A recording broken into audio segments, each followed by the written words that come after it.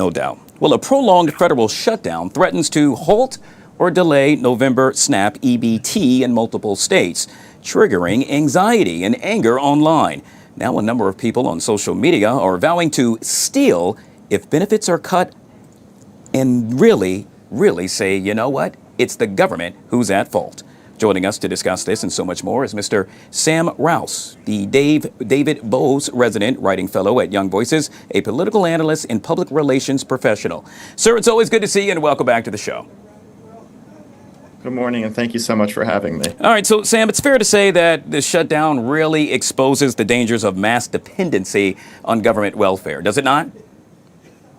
Yeah, absolutely, and I think all these threats being made online really highlight that in a way that hasn't been seen in a very long time. But what we're seeing is how much people are reliant upon some of these government programs for ordinary needs like groceries or paying their home bills. And it's a really concerning thing to see, and hopefully we can end the shutdown quickly so that this doesn't happen. And you stated that in order to end the shutdown very quickly, Democrats, in essence, really just need to pass a resolution immediately. Yeah, I mean, we've seen this time after time again. These shutdown politics are exhausting, regardless of which side it is. But we need to see probably a clean resolution passed through, and so these programs can continue to operate. Because ultimately, many of us on the right would probably prefer to see a lot of these programs reformed and scaled back.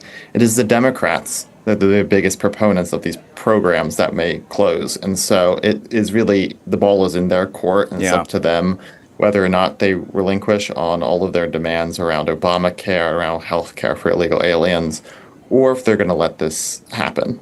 Sam, a lot of folks are stating that it was Trump's creative policy making that really delayed this crisis. Yeah, and we've seen this over the past, 3 weeks of the shutdown. The president has managed to find a number of ways in which he can use other government money and even get private individuals, a number of business leaders that he has close connections with, to pay for, the payroll of our military men and women, pay for all sorts of different things that are continuing to operate amid the shutdown. And so the shutdown has not been as severe as it could, but that seems to be waning. And there's only so much money to go around, and the clock is ticking. Yeah, it is definitely ticking. And a lot of folks are saying, you know what, we're fed up. Speaking of that, we know that in essence, this has really revealed America's fragile social contract. Would you agree? Yeah, I think what we're seeing is a lot of dishonesty in Congress, particularly among Democrats, around what they want to do with healthcare, which is continue subsidies from the COVID era. It's rather bizarre, and it's really showing how much dishonesty and lack of commitment to reality. I mean, the pandemic is over. Those policies are not necessary anymore. We see in our politics, and it perpetuates a lot of problems and a lot of debates a lot longer than they need to. All right, we'll have to leave it there. Yet again, Sam Raus joining us right here on the Live Zone. We truly appreciate your time, sir. Thank you so much for joining us. Thank you so much for having me. Well,